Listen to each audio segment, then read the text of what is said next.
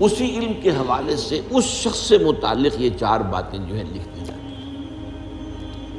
اب اس کو سمجھنا چاہیے، اصل میں جو بات مسئلہ تقدیر کے سمجھنے میں، جو یوں سمجھیے کہ ایک بہت آسان فارمولہ ہے اگر سمجھنا چاہے انسان، اور یہ میں عرض کر چکا ہوں کہ سمجھنا چاہیں گے تو سمجھ جائیں گے، تفصیل میں جائیں گے تو الجھ جائیں گے، اور مناظرہ اور مباحثہ کریں گے تو گمراہ ہو جائیں گے۔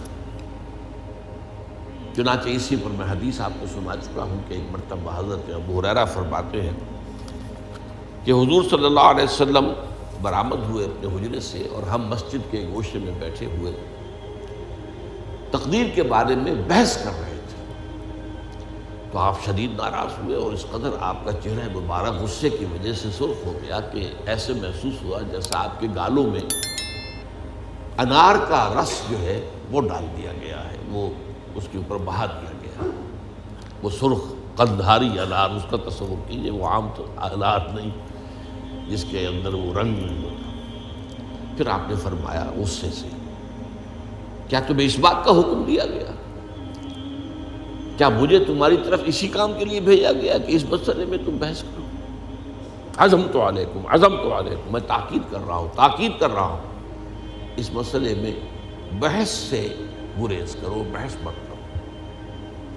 تو یہ مسئلہ اگرچہ اس اعتبار سے بڑا مشکل ہے، اگرچہ سمجھنا چاہیں تو سمجھ سکتے ہیں، لیکن میں ایک اور حدیث بھی آپ کو سنا دوں کہ اس پر ایمان کس قدر لازم ہے۔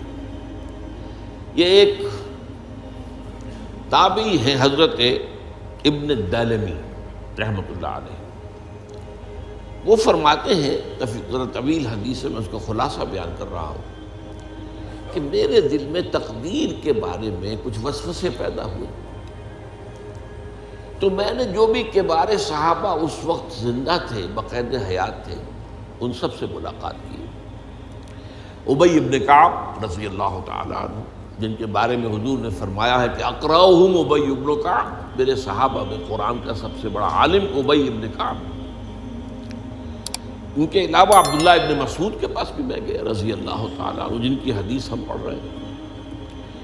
حذیفہ بن یمان کے پاس میں گیا رضی اللہ تعالیٰ عنہ۔ ان سب نے ایک بات یہ کہی کہ دیکھو، ایک بات تو یہ جان لو کہ اللہ تعالیٰ کی قدرت سب شے پر حاوی ہے۔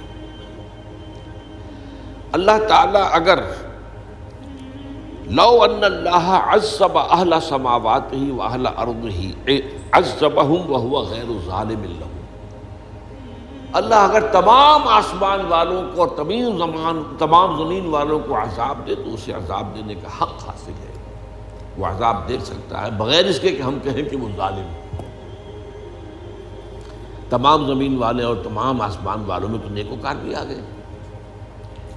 یہ اصل میں ایک بڑا اہم مسئلہ ہے کہ جو ہمارے اور معتزلہ کے درمیان مختلف فی ہے۔ معتزلہ ہی کے انداز میں اہل تشیع کا عقیدہ بھی ہے کہ اللہ پر عدل واجب ہے، اہل سنت کے نزدیک اللہ پر کوئی شے واجب نہیں، اللہ کا اختیار مطلق ہے، جو چاہے کرے۔ چنانچہ وہ ظالم کو معاف کر سکتا ہے جب چاہے، اور وہ کسی اچھے آدمی کو عذاب دے سکتا ہے جب چاہے۔ یغفر لمن یشاء ویعذب من یشاء واللہ علی کل شیء قدیر۔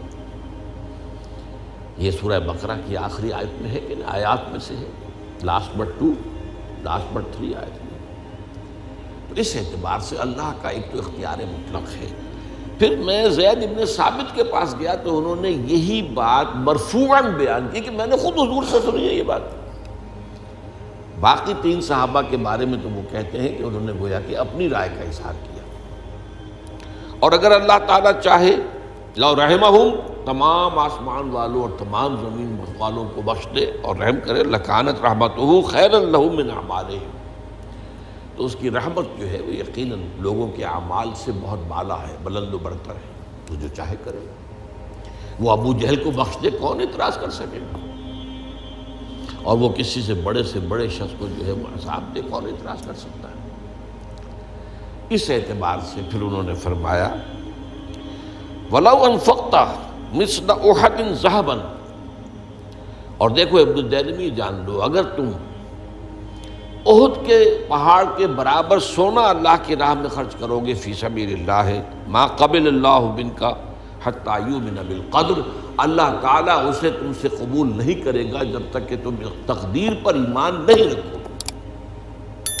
اور اس کے بعد فرمایا اعلم، جان لو، انما اصابک لم یکن لیخطئک، جو چیز تم پر واقع ہوتی ہے، کوئی تکلیف آتی ہے، کوئی حادثہ پیش آتا ہے، وہ تم سے ٹلنے والا تھا ہی نہیں۔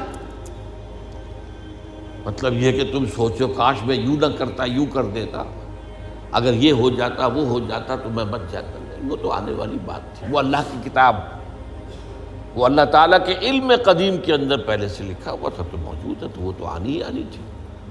وَأَنَّمَا أَخْطَأَكَ لَمْ يَكُنْ لِيُصِيبَكَ، اور جو چیز کہ تم سے چھوٹ گئی، جاتی رہی، تمہارے ہاتھ سے نکل گئی، ممکن ہی نہیں تھا کہ وہ تمہیں ملتی، وہ اللہ تعالیٰ کا مجھے علم قدیم ہے، اس کے اندر پہلے سے طے ہے۔ وَلَوْ مِتَّ عَلَىٰ غَيْرِ هَٰذَا لَدَخَلْتَ النَّارَ، اگر دیکھو تم غور سے سن لو، اگر اس عقیدے کے سوا کسی اور پر تمہاری موت واقع ہوئی تو جہنم میں داخل ہو جاؤ۔ تو یہ اس ایمان بالقدر کی اہمیت کا معاملہ۔ اس کے لیے جو میں کہہ رہا تھا کہ ایک فارمولہ جو سمجھ میں آ سکتا ہے وہ یہ ہے، انگریزی کی جو اصطلاحات کے حوالے سے پہلے میں واضح کروں گا وہ ذرا زیادہ واضح ہے۔ ایک ہے پری نالج، کسی چیز کا علم پہلے سے ہونا، ایک ہے پری ڈیسٹینیشن، کسی شے کا پہلے سے طے پا جانا۔ ان دونوں میں گڑبڑ کا نہیں کرنا چاہیے۔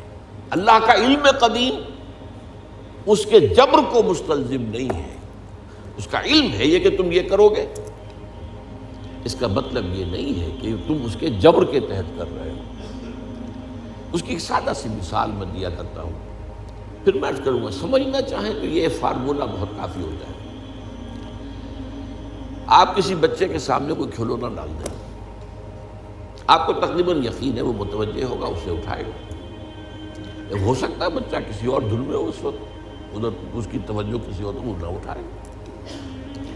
اگر وہ اٹھا لیتا ہے تو آپ کے مجبور کرنے سے تو اس نے نہیں اٹھایا، اس نے تو اٹھایا ہے اپنے انسٹنکٹ کے تحت کہہ لیں، اپنے ارادے کے تحت کہہ لیں، آپ مجبور تو یہ آپ نے کی۔ لیکن اللہ تعالیٰ کا جو اندازہ ہوتا ہے، وہ اندازہ قدر کے معنی اندازہ بھی ہے، میں بیان کر چکا ہوں آپ کو۔ اس کا جو علم قدیم ہے وہ غلط ثابت نہیں ہو سکتا، ظاہر بات ہے کہ پھر تو اعلیٰ کل شیء علیم وہ ہے ہی۔ اس کا علم قدیم جو ہے اس میں کوئی خطا نہیں ہو سکتی۔ یہ ہے در حقیقت پری نالج اور پری ڈیسٹینیشن، دونوں کے اندر فرق کر لیا جائے، یہ جبر نہیں ہے۔ ہاں اللہ تعالیٰ کا علم ہے، اس علم کے مطابق چیز جو ہے وہ لکھتی گئی ہے، وہ تو ہو کر رہے گی، ہوتی تو ہے، لیکن اس کے کرنے میں یہ نہیں ہے کہ آپ پر کوئی جبر ہے، مجبوری ہے۔